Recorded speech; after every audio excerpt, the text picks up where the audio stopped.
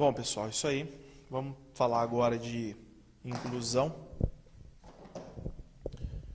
E nessa aula de inclusão, que é um tema que eu acho bastante fácil, a gente vai estudar aqui quais são os principais aspectos que podem cair na sua prova. Então, a primeira coisa que a gente vê com relação à inclusão é o compromisso do Brasil em cumprir, né, com esse ideal na educação, e isso decorre da democratização do ensino.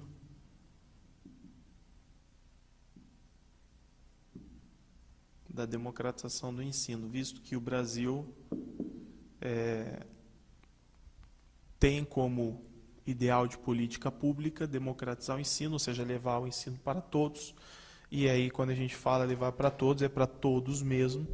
Ou seja, não podemos nos esquecer que a sociedade ela é uma sociedade cada vez mais heterogênea e que o nosso público tem necessidades diferentes. Então, a democratização do ensino quer dizer educação para todos.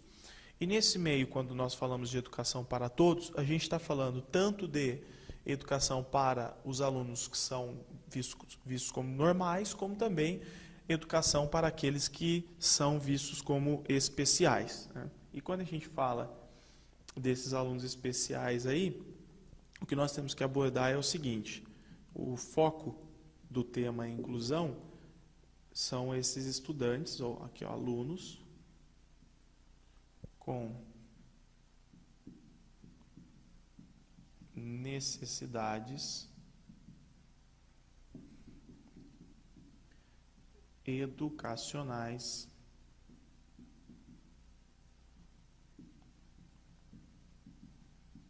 especiais, tá? Então, alunos com necessidades educacionais especiais. A gente tem algumas bases aqui que levaram o Brasil a começar a se preocupar com o atendimento a esse público, né, a esses alunos com necessidades educacionais especiais. Então, já em 1988, houve a Conferência Mundial da Criança, a Conferência Mundial da Criança.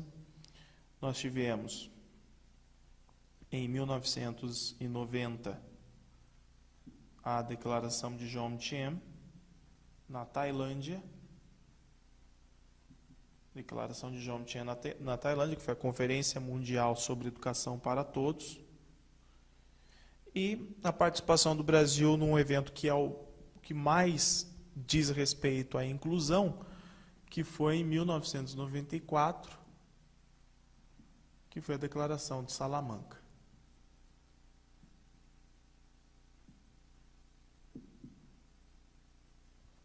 Declaração de Salamanca. Nesse caso aqui, pessoal, a gente tem um foco nos alunos, na inclusão dos alunos com deficiência, tá?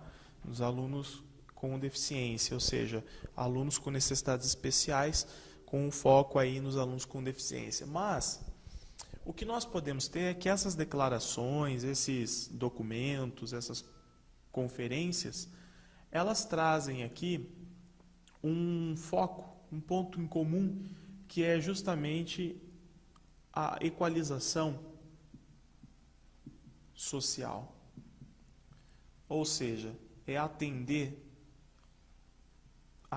os públicos aí diferentes, aqueles tanto alunos normais como alunos que têm suas necessidades educacionais, suas necessidades especiais, para que todos tenham uma vida digna, para que todos tenham oportunidades de crescimento, obviamente que levando-se em consideração suas limitações e seus aspectos aí de vida. Então vejam o seguinte: a LDB no Brasil, a LDB ela vai dizer o seguinte, que esses alunos com necessidades educacionais especiais, eles devem ser inseridos na escola regular. E o que seria a escola regular? Escola regular é justamente aquela escola que também é chamada de escola normal. Um exemplo, as APAES são escolas especiais, que vão atender somente alunos com necessidades especiais. Já a escola regular é a escola de todos, tanto dos alunos com necessidades especiais quanto dos alunos normais. Então, a escola regular é onde, né, é a escola ideal, que a LDB prevê o atendimento a esses alunos. Só que tem um problema sério, né, pessoal? A escola que nós temos hoje, ela não é uma escola ainda preparada para efetivar essa oportunidade, essa educação e tudo mais. Nós temos aqui um porém, né? Essa escola regular, ela ainda é uma escola elitista e ela ainda é uma escola excludente. Esses são os dois problemas. Então, como eu vou incluir estudantes, alunos com necessidades educacionais especiais, alunos com necessidades especiais em prol de suas deficiências também, como que eu vou incluir em uma escola elitista e excludente? Qual será o resultado que eu terei com essa inclusão na escola regular? Então, muitos professores vão dizer, não, é melhor que o atendimento seja realmente feito nas escolas especiais, elas estão preparadas para isso. Mas, como nós queremos democratizar o ensino e tornar a escola regular a verdadeira escola de todos, então o desafio agora acaba sendo tornar essa escola regular uma escola de inclusão. E isso demanda algumas necessidades, né, gente? Que envolve tanto a estrutura do Estado, a escola, enquanto instituição, como também o papel do professor. Então, vejam o seguinte. Para nós incluirmos, vou colocar como observação, para que a escola seja uma escola inclusiva, então eu não posso entender que a inclusão seja meramente efetivada por leis ou por modas. Tá? Então vamos colocar essa observação aqui. Ó. A inclusão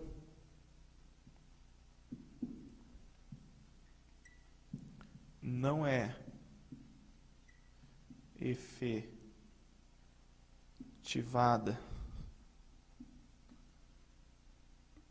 meramente por leis ou modismos. Tá? Então, somente contar com o legislador, com textos de lei, ou com modismos, como, por exemplo, acontece aqui com a Declaração de Salamanca, em 94, em que todo mundo discorre, fala sobre inclusão social, mas isso fica somente na teoria, isso só fica nas narrativas aí, nos ideais políticos, né? Aí não basta. Por isso que a inclusão, como eu coloquei, a inclusão não é efetivada meramente por leis ou modismos. Então ela é efetivada pelo quê? Ela deve ser efetivada por processos. Então, são os processos que levam à inclusão. Dentro dos processos, pessoal, nós temos as ações, nós temos as intenções,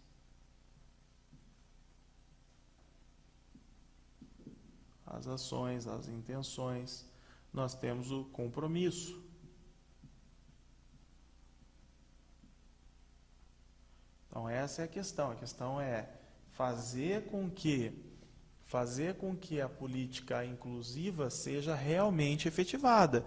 Então, o professor, obviamente, que junto com a escola, ele não vai ter como simplesmente teorizar, ele não vai ter como simplesmente citar textos de lei ou a Declaração de Salamanca. Ele vai ter que criar ações muito bem intencionadas, em que todos os professores possam participar disso, toda a comunidade. Inclusive, eu vou colocar aqui que faz parte desse processo também, ó, o diálogo entre, né, também faz parte. Melhor, vou colocar aqui mesmo, ações, intenções, compromisso, diálogo entre os docentes, que vão juntos os professores irão discutir sobre o que pode ser feito para incluir, né, diálogo entre professores, vão tentar encontrar medidas, planejar eventos, o trabalho curricular, práticas e tudo mais. Então, ações, intenções, compromisso, diálogo entre os professores. A gente também tem que ter aqui a inclusão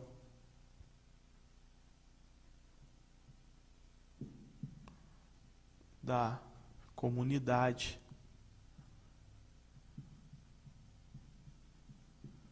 e da família. Até porque, pessoal, nós não podemos nos esquecer que esse aluno que está lá na escola participando de atividades, quando ele chega na casa dele, muitas vezes ele não tem essa realidade, tá? E ao não ter essa realidade, a escola de repente está realizando um trabalho com esse aluno pela manhã e esse trabalho está sendo desfeito no decorrer do dia porque a família não tem estrutura para atender o jovem, o menor, a criança, o adolescente como ele precisa, né? Dentro das suas limitações, das suas necessidades. Por isso que a gente tem aqui. Então, são processos que envolvem ações, intenções, compromisso, diálogo entre os professores, inclusão da comunidade e da família. São esses os processos que vão realmente efetivar a inclusão, e aí a inclusão ela vai ocorrer por meio da integração. Tá? Então, sem integração, participação, o aluno que está dentro da sala de aula, ele é só um espectador. Então, se eu não realmente integrar esse aluno ao grupo, fazer ele participar das atividades com os demais alunos, para que haja uma unidade cultural dentro da escola, envolvendo tanto os alunos com necessidades especiais como os alunos normais, ou seja, o reconhecimento, a valorização do ser humano enquanto ser humano, para que os estudantes normais também compreendam que a diversidade ela é inerente à vida humana. Nós não tem como nós vivemos todo mundo igual, sendo produzido como produção em série, como se fossem robôs. É óbvio que nós somos diferentes. E nós somos diferentes em todos os aspectos, inclusive a ponto de termos pessoas que nascem com deficiências físicas, ou que nascem, ou que possuem socialmente deficiências em prol da sua condição social. Faz parte da natureza humana. A diversidade está dentro da realidade humana. E o aluno ele tem que compreender isso. E para nós conseguirmos efetivar essa inclusão, então a interação e a participação são fundamentais. Então eu volto a dizer, por isso que se o meu aluno for simplesmente incluso, colocado para assistir aula dentro de uma sala de aula, mas sem participar efetivamente das ações escolares e sem estar inserido ao grupo, então ele é um mero espectador. Não está havendo aí inclusão. Aliás, vejam o seguinte. Quem é esse aluno, né, com necessidades? Quais são os estudantes? Vou colocar aqui, ó, quais são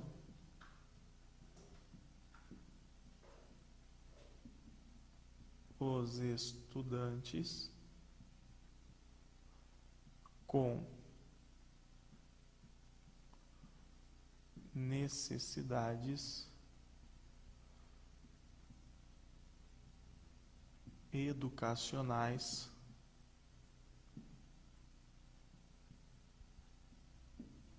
especiais. Então, são eles, ó. É o meu estudante com deficiência física, olha lá.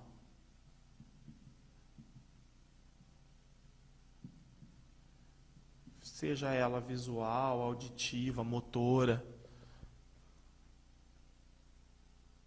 Então, deficiência física. É o meu aluno, por exemplo, é o aluno superdotado.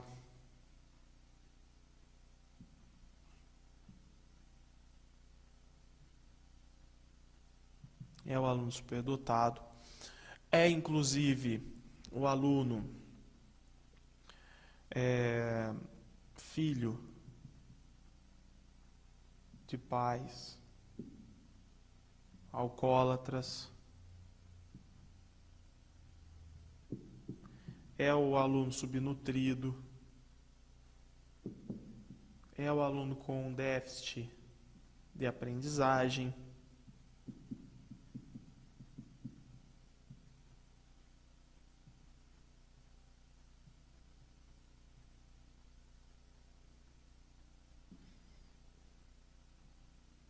vou colocar aqui, ó, aquele aluno que é membro de grupos minoritários, como índios e ciganos,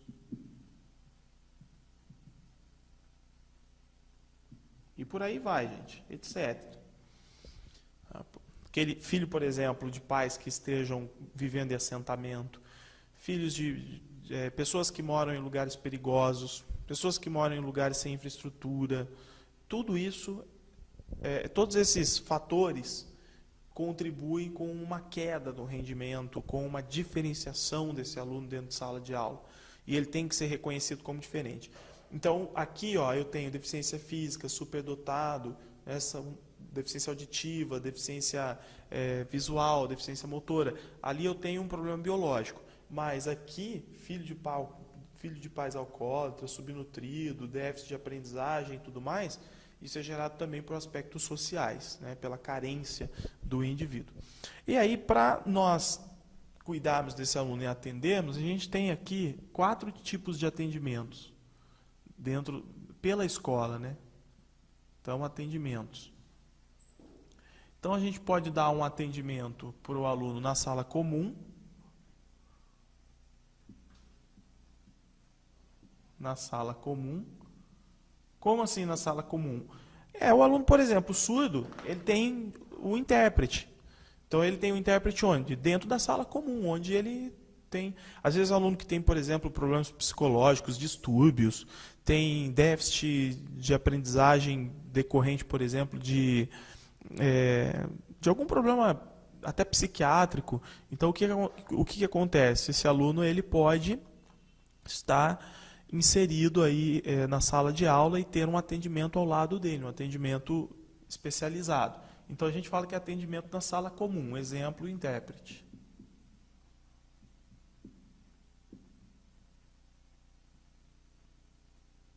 Intérprete. Um outro atendimento que nós temos é o atendimento... cadê? Em sala hospitalar.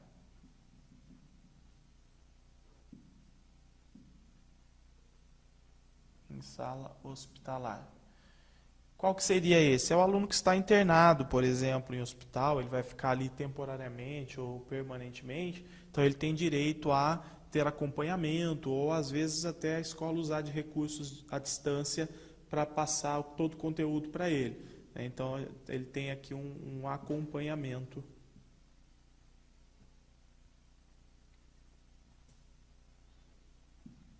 No próprio hospital.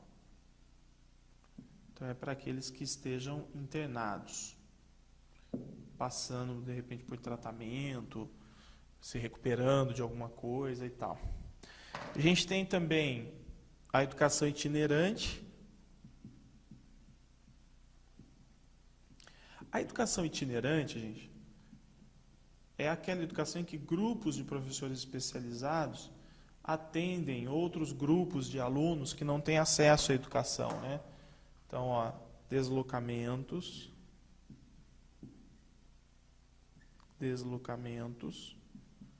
por grupos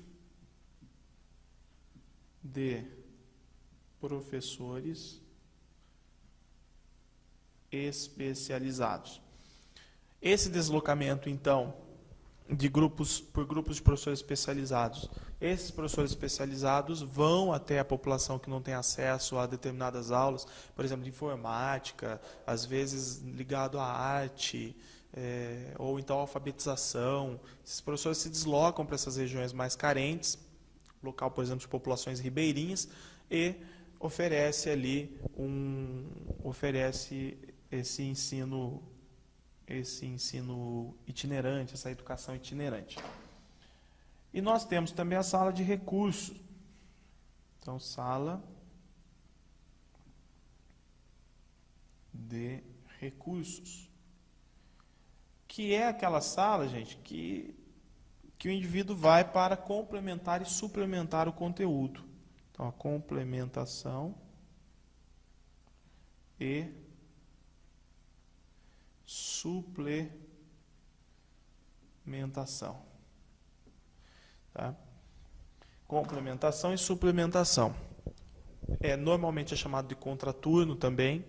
O aluno com déficit de aprendizagem, ele pode, por exemplo, ser direcionado para, em horários diferenciados, ir até a escola e receber esse atendimento. E também o aluno especial, que precise, de repente, ter um acompanhamento aí para a realização de algumas atividades. Isso pode ser feito também em sala de recursos. Tá? Normalmente é chamado de sala de estudos complementares, ou sala de reforço, ou contraturno. Mas nem sempre são sinônimos, tá? Depende muito da escola. Mas o nome aqui, sala de recursos. Então, aqui, gente, são formas de atender o aluno especial. Sala comum, sala hospitalar, educação itinerante e sala de recursos. Tá? Vamos pegar desse lado aqui para a gente dar uma olhada, no que é necessário, então, para que esse atendimento seja um atendimento adequado, para que haja inclusão.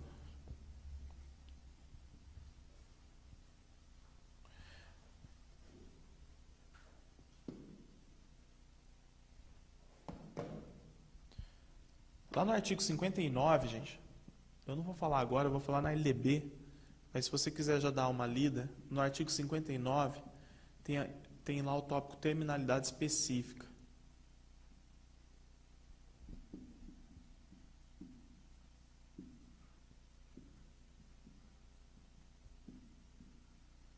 O que é a terminalidade específica? É a possibilidade, aquele aluno que é especial e que não tem condições de acompanhar os demais alunos normais, ele pode, então, ter a sua terminalidade específica antecipada no ensino fundamental. Tá?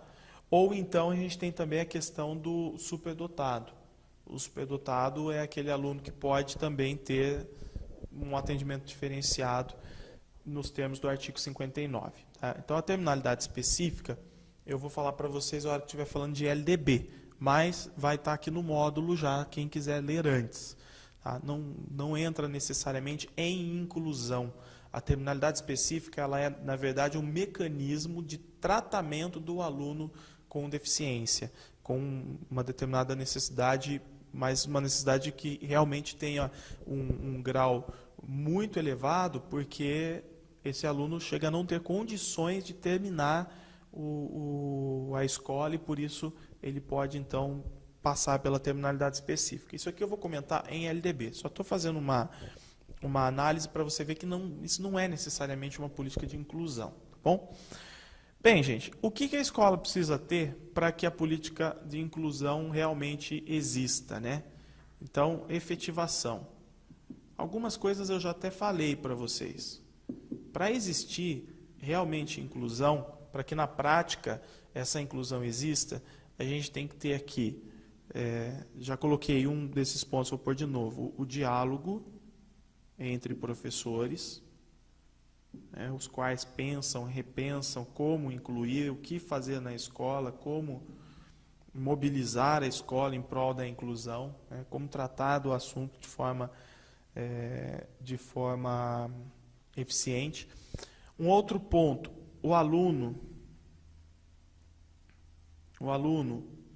ele merece o quê? Um desenvolvimento integral.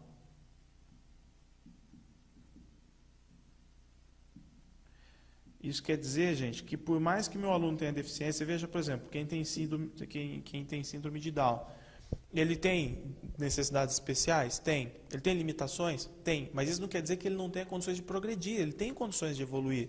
Ele tem condições de aprender esporte. Ele tem condições de aprender música, arte. Ele tem condições de se relacionar, de aprender coisas sobre o cotidiano. Ele tem condições de aprender uma série de coisas, mas dentro das suas limitações. Então a escola não pode vê-lo, por exemplo, como um indivíduo limitado, que não tem condições de se desenvolver. Não, não.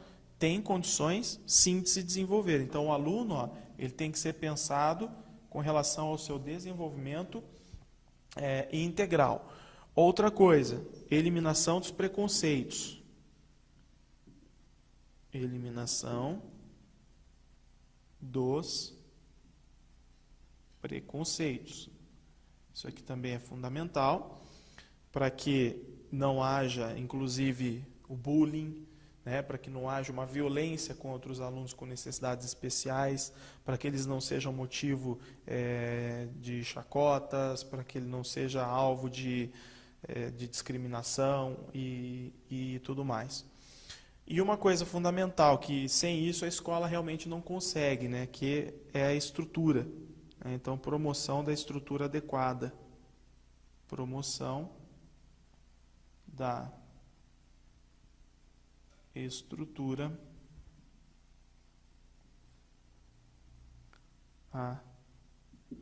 adequada. Tá? Então, o que nós temos aqui? Promoção da estrutura adequada, acessibilidade, recursos, materiais didáticos e pedagógicos, tudo isso é importante para que o professor possa realmente exercer a sua tarefa, realizar suas atividades e efetivar a inclusão. Então é algo simples, gente, o tema inclusão não é um tema difícil e é um tema que normalmente cai de forma interpretativa, tá? Eu acho muito difícil você errar uma questão dessa. Só para terminar aqui, para que eu não esqueça, uma coisa que eu já coloquei ali, inclusão da comunidade e da família, entra aqui também. Tá? Então, incluir a comunidade e a família nas questões escolares, no diálogo com os professores, com a equipe pedagógica, isso também ajuda a efetivar a inclusão dentro da escola. Então, tema muito fácil e com certeza você vai acertar as questões sobre ele lá na tua prova. Dá uma olhadinha no módulo, resolva os exercícios e valeu, gente. Até a próxima.